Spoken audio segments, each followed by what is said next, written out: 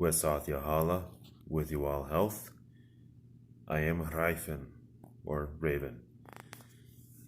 And today I'm going to talk about war and peace, and the number 3, and circles, triangles and circles.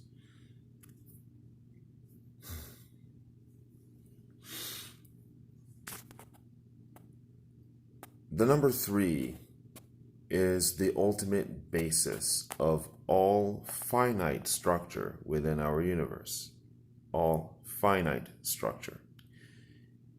If you take the simplest possible shape, it will always have 3 sides. There's a better way for me to say that. Halfway through that sentence I realized it was coming out wrong.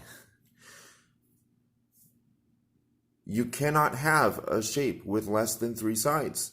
If it has 3 sides and you take away one side, you no longer have a complete shape. You can't have a 2-sided shape. It doesn't work. Not in our universe. Not in our cosmos. So there has to be at least three sides to have a complete shape.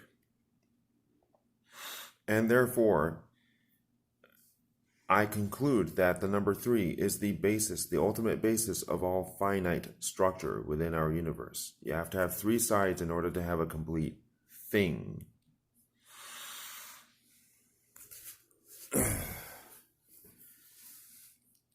The circle is the basis of all infinite structure within our universe.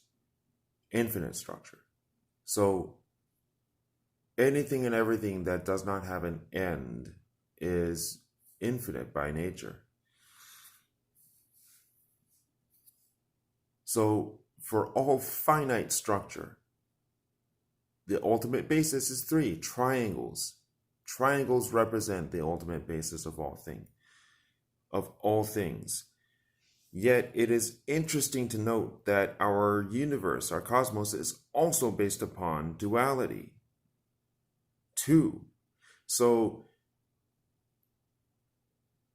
we must recognize that these 2 numbers, 2 and 3, have these integral roles within the structure of our reality. Integral roles. So 3 is 2 plus 1. 2 is part of 3. So if you think about it, what 3 really is it is 2, which is the duality, the left and the right, the good and the bad, the stupid and the smart, the sexy and the ugly. 3 is the balance in between the 2. 3 is the balance in between the 2. 3 is when you have one side and another side, and then you have a perfect balance in between, and that's the middle.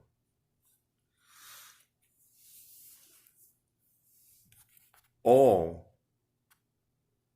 conflict is war, and conflict arises because we have duality. We have opposing sides, opposing forces, opposing opinions, opposing needs, opposing positions, opposing this, opposing that, always. But the ones who exist within the middle, who are neither on one extreme or the other, are the ones who are able to see the best because they can see both sides. They're not blind.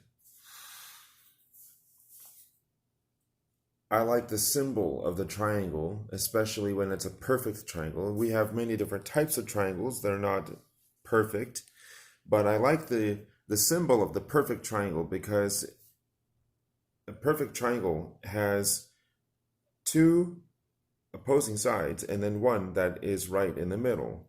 And it has that no matter how you turn it. It doesn't matter how you turn it. It will still always have that. You can turn it upside down, and still the lowest point will technically be midway between the first two. It'll be on a dividing axis between the two. You can turn it upside up, same thing. You can turn it to the left or to the right. It doesn't matter. I like that symbol. I like that version of the triangle.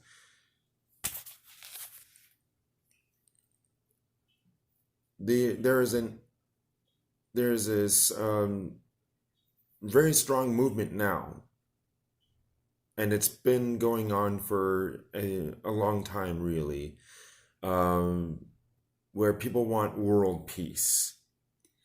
And world peace, by definition, is the end of conflict in the form of war. And this seems like a good idea at first, but it's actually a bad idea. Number one, it's not possible. Just as duality is built into the very structure of our universe is built upon the number three, having a left, a right, and something in between, having a good and a bad, and then something in between, something which is a little bit of both. Similarly, war is natural.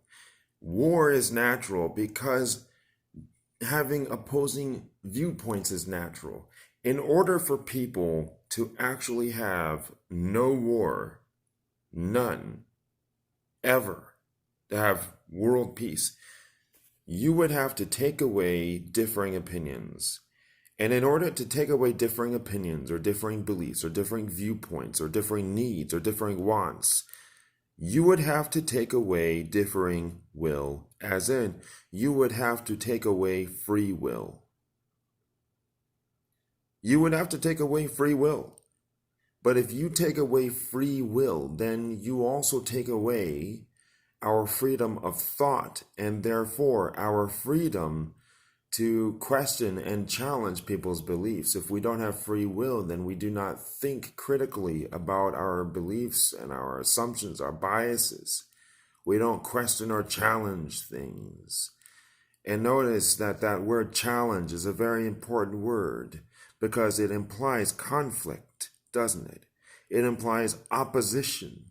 You see, we have to have some kind of war, whether it is intellectual war or emotional or psychological or spiritual war. It doesn't matter. In order to have growth, in order to be able to evolve, and in order to be able to have any control, personal control over our own growth and evolution, we have to have the freedom to fight.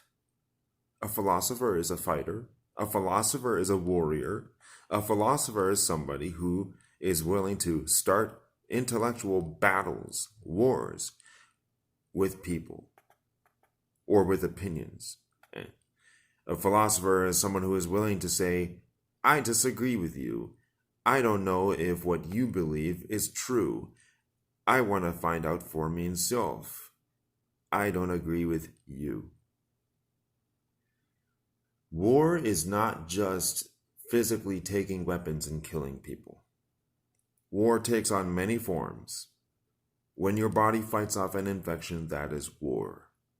When you go to work and you strive in order to achieve your paycheck, that is war. War comes in many forms, and it is built into the nature of our reality.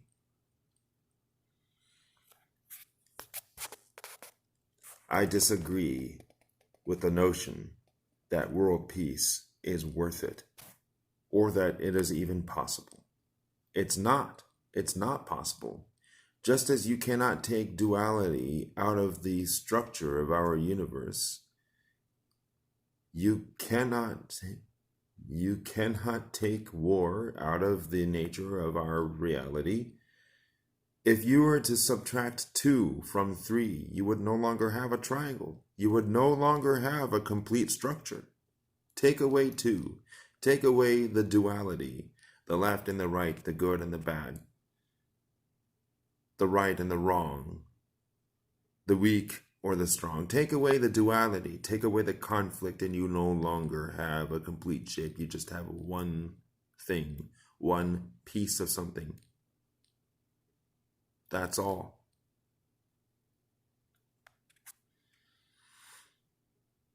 A dot.